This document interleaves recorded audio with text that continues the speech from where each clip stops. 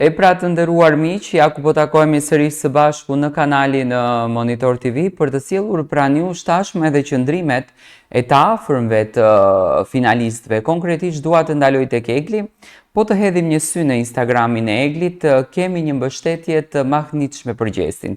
Këtë as që e diskutoj fare, por kemi edhe një mbështetje të bukur me fjalët duke përshkruar karakterin e personazhit në fjalë. Një shkrim që mua më ka tërhequr vëmendjen është paragjykimet, gjykimet dhe tensionet që gjithmonë janë ngritur për natyrën dhe për karakterin e të qenurit Egli. Sa herë më kanë thënë që nuk isha e mirë, që duhet të dobësohesha, të ndryshoja mendimin tim. Sa herë më kanë kërkuar të mos ndihesha shumë, të ulja zërin, të rija e qetë dhe të bindesha.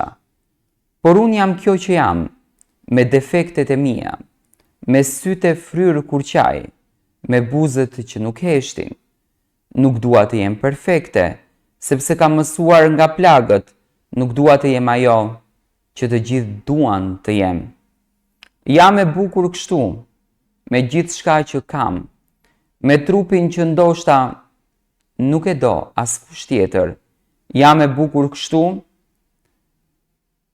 dhe nuk kam frikë më, sepse tani e di sa vlera kam unë. Sa herë më kanë gjykuar, pa më njohur fare, vetëm sepse isha ndryshe, sepse nuk doja të isha si ata. Sa herë kam heshtur, nga frika se do të më përqeshnin, por tani zëri im nuk mund të ndalet më, sepse jam kjo që jam, me të gjitha gabimet, me zemrën që re fort, kur diçka nuk më pëlqen. Nuk dua të jem perfekte, sepse kam mësuar të dua veten.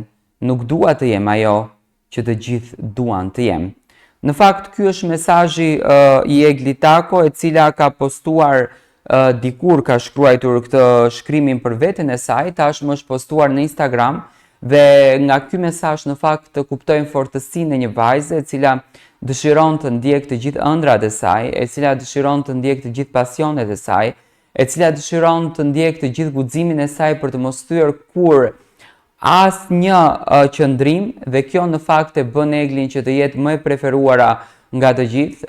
Në Instagramin e saj ka në fakt qëndrime të këtilla, gjithmonë janë postuar fjalë të ndryshme. Në fillim rihyrja e Eglit duke çkuptua pak, por tani publiku ka filluar ta kupton se një vajzë e cila dëshiron të arrijë gjithçka, në fund tregon trofeun e saj me guxim, dashuri dhe me lumturi.